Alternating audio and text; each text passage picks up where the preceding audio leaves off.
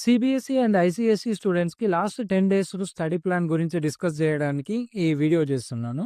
People అందరూ ఇప్పుడు ఫేర్‌వెల్‌లో చాలా బిజీగా ఉంటారు. I know. బట్ మనం ఫెబ్ ఫస్ట్ నుండి రీసెర్చ్ చేసుకొని రివిజన్ ప్లాన్ స్టార్ట్ చేయకపోతే ఫైనల్‌లో స్ట్రెస్ పడడానికి ఎక్కువ ఛాన్సెస్ ఉంటాయి.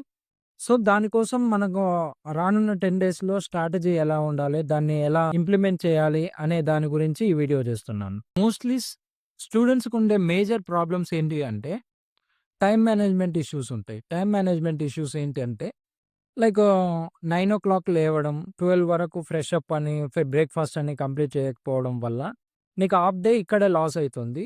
సో, నెక్స్ట్ హాఫ్ డేలో చేద్దాం అనే వరకు ఇంట్రెస్ట్ రాకపోవడం వల్ల, లేదంటే ఏదన్నా ప్రాబ్లమ్స్ వల్ల గాని, నువ్వు ఆ డేని కంప్లీట్‌గా యుటిలైజ్ చేయకుండా వదిలేస్తావు. ఇంకొకటి షెడ్యూల్ కరెక్ట్ లేకపోవడం వల్ల నీకేమైతుంది?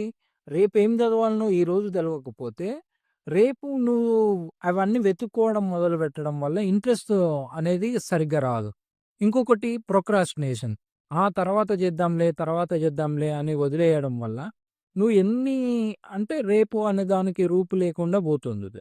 ఇంకొకటేంది చాలా వరకు మన దగ్గర స్టడీ మెటీరియల్స్ ఉంటాయి. మన పేరెంట్స్ మనకు చాలా వరకు ఎక్కువ ఇయ్యడం వల్ల ఫియర్ ఆఫ్ మిస్సింగ్ ఔట్. ఇది చదవాలి, అది చదవాలని 12 సోర్సెస్‌లు పెట్టుకొని, అందులో ఏది కంప్లీట్ చేయకుండా, లాస్ట్‌కొచ్చినప్పుడు ఎగ్జామ్ ముందు నేనింక ఏది కంప్లీట్ చేయలేదని అదే ఇంపార్టెంట్ క్వెషన్స్ అని వీడియోస్ చూడడం వల్ల ఉపయోగం ఏముండదు.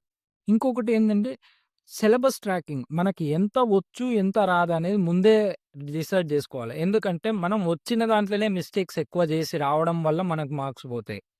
రాని దాన్ని వదిలిపెట్టడం కంటే వచ్చింది రాసి రావడం చాలా మేలు.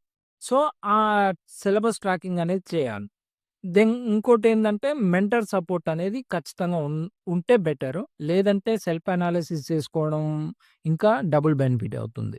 ఆ ఛాలెంజెస్‌ని ఓవర్‌కమ్ జేయడానికి మన మాస్టర్స్ అకాడమీలో నేను మన స్టూడెంట్స్‌కి కొంతమందికి నేను షెడ్యూల్ యేసిచ్చాను. లైక్ ఈ అబ్బాయి CBSE ninth class DPS school. So, ప్రతి స్కూల్‌కి వేరు వేరు టైంలో ఎగ్జామ్స్ ఉండడం వల్ల వాళ్ళ ఎగ్జామ్‌కి తగినట్టు నేను షెడ్యూల్ యేసియడం జరిగింది. సో, ఇది ఫాలో అవ్వడం వల్ల మనకు డే వేస్ట్ గాకుండా ఉంటది. ఏ రోజు ఎంత చదివినో ట్రాకింగ్ ఉంటుంది. ప్లస్ మనం చదివింది ఎక్కడ వీక్ ఉన్నాం, ఎక్కడ హై చేసుకోవాలి, ఎక్కడ లో చేసుకోవాలి అనే దానికి ఉపయోగపడతది. సో, ప్రతిరోజు ఎగ్జామ్ ఉన్న రోజు ఎగ్జామ్ అని పెట్టేసి కనుక నైట్ ఎక్కువ సేపు చదవాలి. లేదంటే ఎగ్జామ్ ముందు రోజు ఫుల్ మొత్తం సైన్స్ చదవాలి. ఇలా నేను ప్రతిరోజు ఎక్కడ ఏ రోజు ఏది చదవాలనేది నోట్ చేయడం వల్ల సిలబస్ ఏది చదవాలి అనేది క్లారిటీ వచ్చిన తర్వాత చదవడం అనేది ఈజీగా వెళ్ళిపోతుంది. ఇది వేరే అబ్బాయిది. ఇంకోటి ఈ అబ్బాయి ఆహ్, సీబీఎస్‌ఈ నైన్త్ క్లాస్ అండ్ ఇది కిరణ్ ఇంటర్నేషనల్ స్కూల్. ఈ అబ్బాయికేంది మేజర్‌గా సబ్ టాపిక్స్ ఏమేం చదవాలి ప్రతి లెసన్‌లో.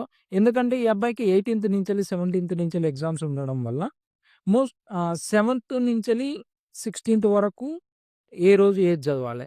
మోస్ట్‌లీ అందరూ మ్యాథ్స్, సైన్స్, సోషల్, తెలుగు సబ్జెక్ట్స్‌లో వీక్ ఉంటారు కాబట్టి ఆ మేజర్‌గా సబ్జెక్ట్స్‌కి నేను సిలబస్‌లో ఏదేది చదవాలనేది లైక్ నంబర్ సిస్టమ్ అని తీసుకుంటే laws and exponents, rationalisation, decimal expansion ఇలా సబ్ టాపిక్స్ తీసుకొని ఆ సబ్ టాపిక్స్ కింద ప్రాబ్లమ్స్ వేరైటీ ఆఫ్ ప్రాబ్లమ్స్ నేర్చుకోవడం వల్ల మనకు సిలబస్ తొందరగా కంప్లీట్ అయితది. స్మార్ట్ వే ఆఫ్ లెర్నింగ్ అయితది.